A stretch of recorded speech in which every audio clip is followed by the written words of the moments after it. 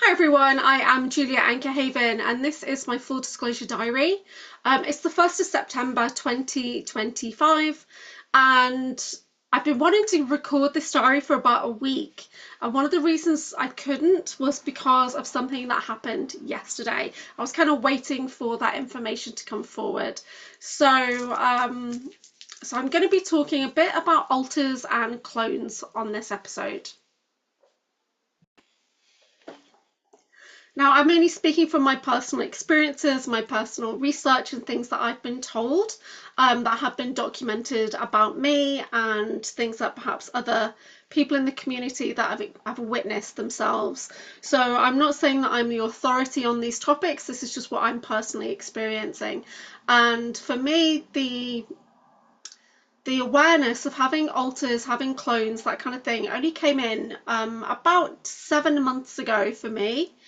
And it was something that I had wondered for a while, if I was mind fractured, if I was like the Winter Soldier, because you hear people talking and there's a resonance, you can feel it in your body, you just know something's there. And going along with my childhood, I don't have a lot of memories from my childhood.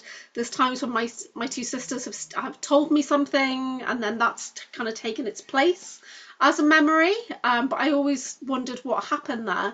So it has been documented in my files with the ACAO that I was put into the government programs. I was in the SSP, the Secret Space Program, and things like that. And in my, it was Sean Bond who originally kind of managed to see I did have alters, that I was mind fractured. And we were doing a session back in February 2025. And it was as if he managed to lift some kind of cloaking, because nobody before that had said that to me. So, and he just went straight to it and he could clearly see it. And then every reading I had with somebody after that, it's like they could then see that information as well. So Sean Bond opened the door to something in a way. And I went on to have a session with Jessica Ariel Morocco from the ACIO people, and then I had a session with her and Peter the Insider. And in my first session with Jessica, I mentioned about seeing a clone in France years ago, seeing somebody who looked just like me. And what keeps popping into my head as well, which I've not actually spoken to anybody, is when I was a child, I have a memory of playing with a girl that looked exactly like me. And but it felt like it was in my home, which is the strangest thing. So I always wondered if that was like a higher self coming back, or something like that. But I think the memory is out of place. So Jessica confirmed that she also got the feeling about the clones, which is why we make that association with the Orphan Black TV show. Because when I was talking to Jessica, I said, God, it feels like that, because I saw somebody who looked exactly like me in France across the street. My brother-in-law was saying, oh my God, it's you, it's you. And there was a lady who looked just like me, but she was very pale and she had very pale white hair. And in the Orphan Black TV show, there is an aspect that looks like that, and it's Helena, the kind of Russian one, so it's like there's that kind of version of me there. And when I lived down south near London, people used to say to me, do you work in this nightclub, because she looks exactly like you? So when I was talking to Jessica about it, she confirmed, yeah, there seems to be a lot of clones of you, and I feel like they're everywhere. They're in the general population, so they're not just in programs and things like that. So that was a bit unusual. But Jessica also mentions in the video that she could see that, just like in Orphan Black, I was the female, but there was also a male version. And she could see psychically that the male version that I seemed to be with in all of these kind of visions she was getting was Drago Reed. So he and I are like partnered somehow. Which we know in the programs we have been paired up like a dyad, so there's versions of us that work together as a team. But in the cloning program, it's a bit like a brother and sister relationship there, although I do believe that our DNA has also been taken to make other time soldiers, so we've been kind of paired and matched that way as well. Okay, so I just want to kind of put it out there that it's been the last 6-7 months when I've been working with the idea that there's multiple versions of me. And as we started to explore this, I was dealing with the alters versus aspect kind of thing in my mind of, well, is an alter just within me that's been fractured and aspect is outside of me? And I've been basically told that anything that has your soul essence is an alter. It's you. Yeah, it's working with your soul essence. When these clones are created using your DNA, taking as like a piece of your soul so that they are able to run and things like that. So in my ACIO video, there's talk about a version of me who was born in 1920, and her name was Juliet. Now I still need to feel into the connection with Juliet. I'm pretty sure she was the version of me that was in Project Paperclip as the teenage scientist working in Sedona, Arizona, in a deep underground military base in Sedona. Now a lot of people live in the Sedona spiritual community, and I'm not comfortable with the idea of going to Sedona just yet. So I know that next year when I do go out to America or whenever, that's something that I'm going to have to look at, knowing that there's an active, deep underground military base in Sedona, like the town is built on it kind of thing. It makes me uneasy. It does. It makes me feel a bit uneasy. And so, yeah, so that's one aspect of me who's Juliet. Another aspect of me, is Ella or Elena, and she, I believe, is the scientist version of me that's in Dark Fleet. And the name has come forward from working with David Purcell, and the scientist is one of my most clear memories, actually, of being on that ship. And I kind of am like a mad scientist, as in I'm a geneticist, very good at that work, and there's no room for anything else in my kind of existence. That's all I want to do. And there seems to be a lot of rage with this particular altar, which has been activated recently. And this is why I've been hoping to do this video for a while, and then a few things have been happening this week, so I'm publicly sharing with you what I'm experiencing as I'm going through it. Because once you start to make that connection to your multidimensional self, it's very uncomfortable. And what I've discovered is, even though I wasn't aware that I was altering out and allowing that personality, shall we say, to come forward, I've now realized that there's a lot of bleed through from that personality's rage into my day-to-day for the last 20-30 years, basically. And I can see that now because I've reconnected with somebody in the programs who remembers me, and I have a memory of that person which is very aggressive. And we're going to do a video together soon, which will be quite interesting to see if I can get through that without raging out. So yeah, so I've started to kind of feel into Ella, the scientist, and a few more memories came forward because David and I were working together a little bit, and David said, oh, I can see that person storming into your lab as if they're going to take it over. And then I got this flash image of them storming in, and me literally like kung fu kicking them across the room and putting them on the floor, shall we say, and then me just feeling like, oh my god, how dare you disturb my space, I'm getting back to my work.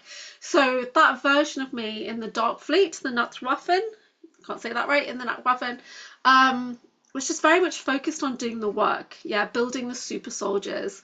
And so that was one, and I do believe her name's Ella.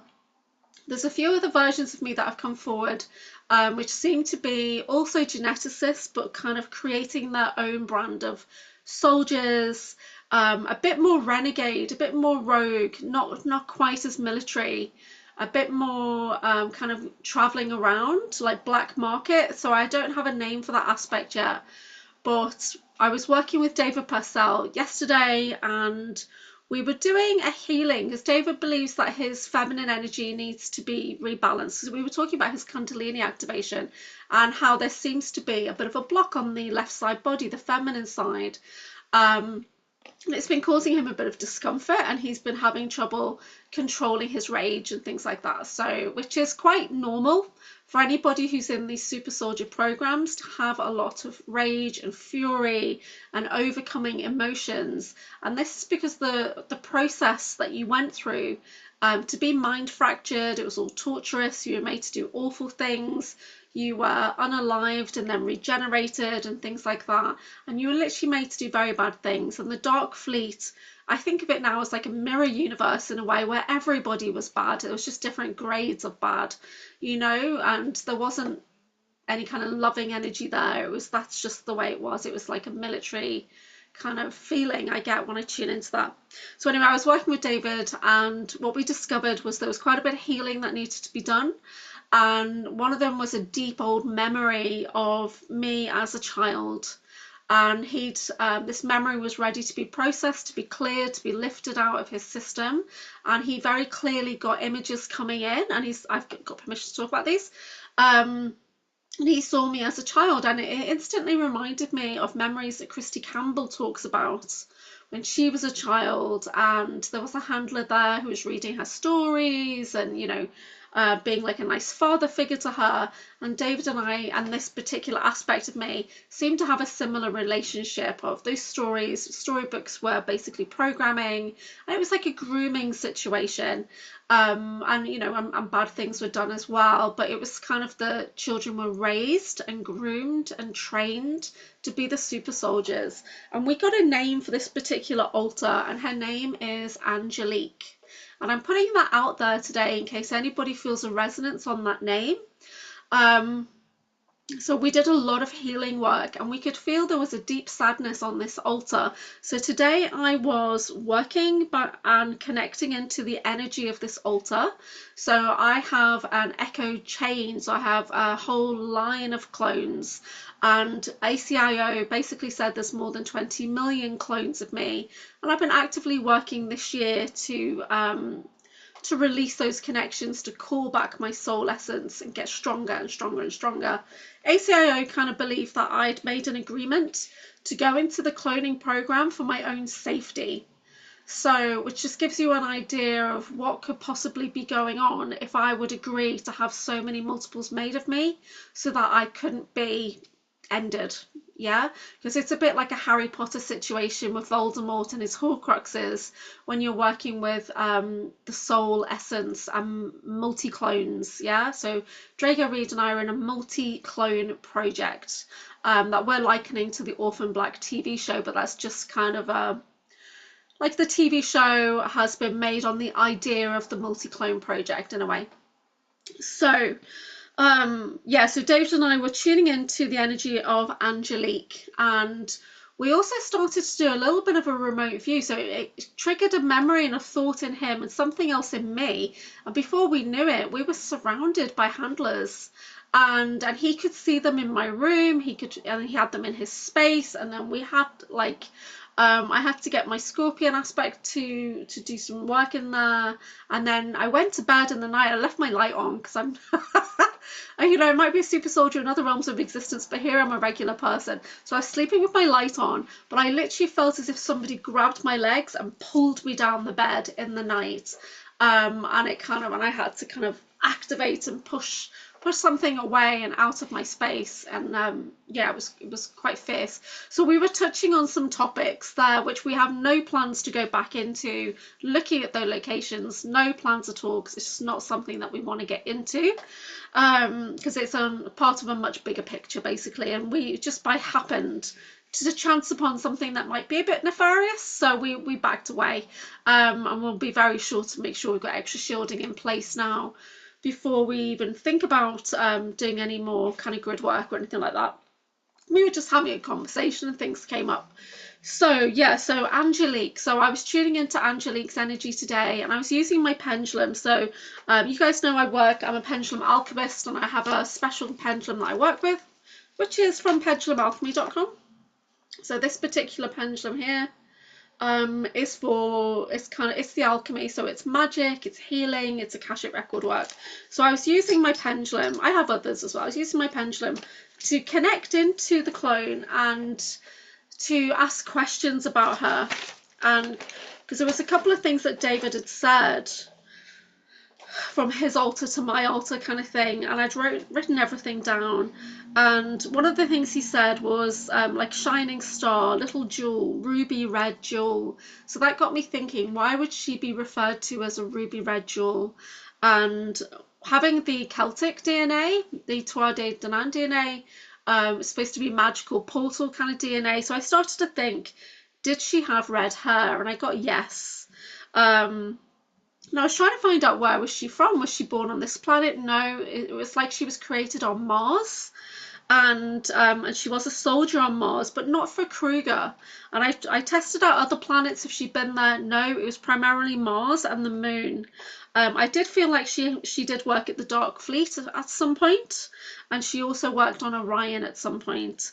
And I do have one other memory, which was probably one of my very original memories of being a scientist on Orion. So as I was asking these questions and using my pendulum and my intuition to tune in to her energy, I was asking if she was a super soldier. Yes. Was she a pilot? Yes. Was she a navigator? No. And that's quite interesting. So it means she wasn't a pilot on a large ship. She might have been a pilot on something smaller, or like a personal, you know. I asked about the Sex Kitten Black Widow class clone, the beta programming, and I was told no. So she was definitely a soldier and a pilot. Yeah.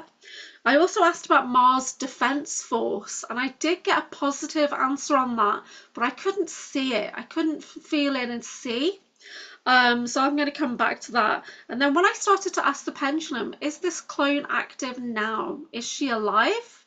Is she unalive? And then it was as if the answer wasn't available for me to know. So there was camouflage or blocks on that answer. So I asked, is she trapped somewhere? And I got no. But then when I asked, is she a prisoner? I got yes. So, okay, so I was thinking, okay, what has she done to make her a prisoner? So I asked, is she on a planet? Is she on a ship? Is she in another dimension? And I got negative on all of those. But I did get a positive on that she is on the moon. And this is when it took an interesting turn. So I started to try and tune into her directly to really communicate with her. And I got a last name for her as well. And then I was thinking about the red hair that she must have had if she was called Ruby, and that would have meant that her Celtic DNA was amplified. So my DNA literally is, you know, it's Scottish, English, Welsh, Irish, there's everything in there. I also have some, for this body, like my mum's original birth dad was Canadian and stuff like that. So there's a bit of a mixture in there. I've not had a DNA test, by the way. One of my sisters did, and it was very unusual what came back. But I started to think, okay, if she's got red hair, then that's Celtic DNA. That's the Tuatha Danan DNA, the Danu. And if she's got the Danu DNA, that means that she's got the portal ability that comes with that, to be able to cross through into other realms of existence. So what would they be using that for? Okay, would they be using her to open portals and wormholes and potentially work and interface, communicate with Stargates? So then I began to think, well, is she kind of trapped within a Stargate? Maybe she's interfaced and she's become Stargate technology, because Stargates are living beings in their own way. Maybe she's being used to hold that Stargate open, is what I started to think. Did she merge her consciousness with the Stargate? And tuning into the Stargate that's in the moon, I began to feel that it was being used for a very great distance. It was being used as a doorway out of this galaxy to someplace else. So then I thought, you know what, I'm just going to message Audrey Walters from Starseed Netlink. So Audrey is like a galactic emissary and council member, and she has a lot of authority and responsibility when it comes to Stargates on this planet. So I asked Audrey if she'd ever heard of anything similar, and she said yes. She's heard of people being kind of like colonies around the Stargate so that they could use their abilities to open an interface with Stargate. So she understood that. She'd not heard of anybody being trapped in the Stargate itself, but sometimes people are kind of within it and interfacing with it. So, but when I was telling her the particulars of what I've discovered, it does seem like there's a definite violation there, and that if this violation is against cosmic law, this violation is against free will and consent. So my altar needs to be rescued, needs to be taken out of that scenario. And there's a few ways that we can do this. We can either completely cut ties with that altar, and disconnect them from my soul essence. So then we don't know if they'd stay alive or not or whatever, but I would be released. Or I can try and welcome back that altar and their energy and bring them back into my field. Yeah, so in essence their physical body would go there, but their soul essence and memories and things like that would integrate into me. So this is something that I still need to do a bit more research into, because there does seem to be a level of cloaking and security that's needed for this particular thing. So yeah, so if anybody's looking into their altars and aspects and starting to get into this, just know that this is not an easy process. Think of it as the dissociative identity disorder, the DID, when there's multiple versions of you that have been created within your mind, perhaps, and then there's multiple versions of me that have been created outside of me. So I've been cloned and things like that, but they all still link into my soul. They all still link into me as an oversoul in a way. So any version of me out of the 20 million originals that had trauma and wounding, I would be able to experience that trauma and wounding by calling them back. So when we call back our altars, we need to call them back healed before we integrate. I do with crystal therapy, with master training, we do an element of finding your soul song and calling back essence of your soul. We do it working through crystals and particular geometry as well, to ensure that when your soul does come back to you, when you call it back through the crystal, it is healed, and then you integrate it. Otherwise, you're just integrating more trauma and wounding, which is very, very painful and can, it could be overwhelming. So this month in August has been very, very intense, because I've started to look into the altars more, acknowledging that there's trauma bonds. So far there's only 2 or 3 people that I've acknowledged that I have a trauma bond with. We've done things together, we've been in the same places at the same time, we may even have been augmented together and things like that, or gone on missions together, and there's trauma there, there's collective bonded trauma. So I did do a lot of healing earlier in the month to look at one of the versions of me that's bonded to Drago, and we were I think there's a couple of versions of us actually. We were children and teenagers as well, when I think about it. And one of the ways I did it was first acknowledging that I had a trauma twin or a dyad or a partner, and then I asked my heart to show me that connection, to show me what needed to be healed. The memories that came forward were really not good, and so there was a lot of purging, there was a lot of healing. I work a lot with crystalline frequencies and things like that to heal, but when we do this, we know it's healing more than just us. And then I did that session on Sean Bond's channel, Psionic League, where we did a live vision quest, and very unexpectedly we ended up stepping into Montauk, and I was able to heal and integrate a version of me that had been trapped there, to open portals between the ages of 8 and 11. So it might have been multiple versions of me, but it's definitely a boy version that's been integrated. So yeah, so this is not easy. So I know it might feel like super soldier stuff or whatever is cool, but it's painful. It's all based in trauma. It's all based in wounding. And even though we have these abilities, we are used for our abilities. Yeah, we are tracked and traced across this planet, across worlds, planets, for our abilities. I've been told by Sean Bond, when we did sessions going back a couple of months now on my channel as well as his, and there's so many clones of me that they're actually being used as food by the Draco off planet. So I'm being bartered, I'm being used as a currency, being used as a food and things like that, and that's not good. But when each time one clone ends, if I'm able to tune back into that aspect, that altar, I should be able to call back that soul fragment and get stronger and stronger and stronger. So my abilities are emotion based, like most people, and so what's happened to me in the here and now in this body is my emotions were suppressed from birth, basically, and so My family used to think it was quite funny. I was like Wednesday Addams, very deadpan, no real, emotions and things like that. But the reality was the emotions have been tampered with to stop me using a bit my plasma abilities, which are linked into my heart. So yeah, so they mess with us in so many ways, the dark guys. So this is just a bit of an update to let you guys know the work that I'm currently doing. So you may see my personality change while I do this, because I did realise, especially Ella the scientist in Darkfleet, that rage that she holds, that annoyance, that frustration, that bleeds through for sure, definitely. And it kind of made me understand why some of my relationships in the past have failed, or I've lost a connection to the person, and it's gone.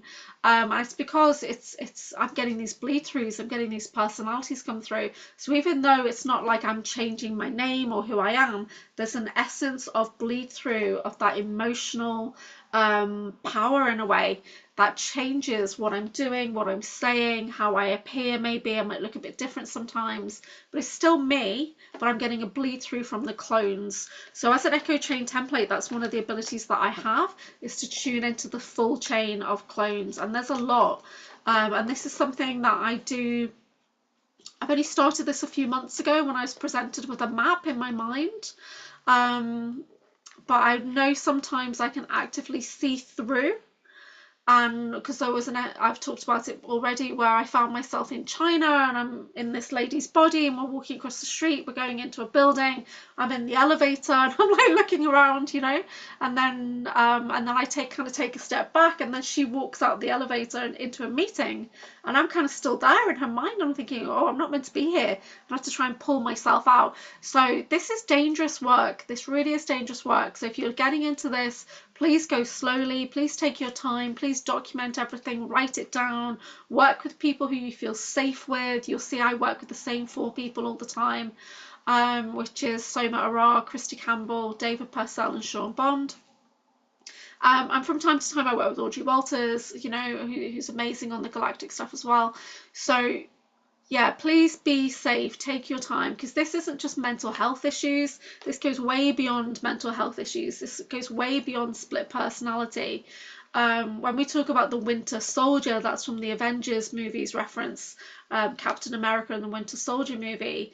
And you see that he looks like a regular person, but then somebody says key phrases and he changes. And that activation can also happen with frequencies, or it can happen with pictures or whatever, but it activates something and a different personality comes forward, a personality that's been programmed to do a specific job, a specific skill set. Yeah, so there are versions of us within us and outside of us that do specific things. Yeah, so it's a bit like in the Matrix movie when he makes the phone call and he's like, I want to fly this helicopter, and it's downloaded in. That also happens, but it happens under great torture. And to split the mind, to fracture, God, this, it's making me think about when you're in school and they do the test, the hearing test. And in America they call it the TAG program, the GATE program, like the talented and gifted. I'm not sure what they call it here in the UK, but I do remember that hearing test. And the hearing test, I believe, was looking for alters in your mind to see that if your mind was already fractured, because if it was, then you were going to be able to go into the programs. Yeah. And if it was already fractured, that means you've already experienced something horrific in your childhood that has allowed your mind to fracture off to protect you and shield you from something. So this is not an easy path to go down. I'm being very public about it because I'm committed to being kind of a full disclosure part of the movement. So it doesn't mean this is easy for me. It is not easy, and my heart is aching as I talk about this stuff, but I'm putting it out there for anybody who I hope may benefit from it in the future, perhaps, or just give you a bit of insight. So when you hear other people talking about their experiences, whether you agree with them or not, or whether you have a similar memory or not, there could be something that they say that helps you to remember or helps you to heal. So that is why I make these videos. I'm not looking for comments. I'm not looking for feedback. I'm not looking for corrections on my memories or anything like that. These are my personal experiences. I'm just trying to document as I go so you guys can see what that looks like. And yes, there's plenty of time when it feels really uncomfortable. If you go back to the beginning of the diary, you'll see that I was really having trouble, and I was very tearful, and I'd had a few strong realizations in the last 4 or 5 weeks. Basically starting with the run up to the Lion's Gate is how this started. And there are support groups out there, so please do know that there are support groups out there. You can always talk to Misha Johnston. She has active support groups running all the time for people who are military abductees, starseeds, experiencers, you know, hybrids, super soldiers. She's got loads of support groups running, and there may be others out there that I'm not aware of, so please do talk to people in our community and get help. Of course, if you have an actual medical or mental health condition, please do seek out qualified professional advice in your community. I'm not giving medical advice. I'm not a trained medical or mental health professional. I'm just talking about my personal experiences as they happen for me. Okay, so just want to make that clear. So please take care. Thank you for watching my video. And as I get more information, I will, you know, continue to do more videos, because it's helping me by expressing, by talking to friends that I have in the community. We're healing each other. And like when I did the live vision quest with Sean Bond, by accessing my memory, not only did I heal and integrate that alter state, but we did collective healing for that project as well. So yeah, so he's pretty amazing that he was able to tune into that emotional torment has come to mind, and send healing into the galaxy for that as well. So yeah, so I hope, you know, I hope this makes sense. And I did do a video recently with Miles Johnston, which is available on my channel and his channel. Miles is doing a full disclosure conference, an international disclosure conference here in the UK in December. So I will be attending. I'm kind of supporting the event. So I might not be speaking or anything like that. If there's an SSP panel, then I might get to go on it.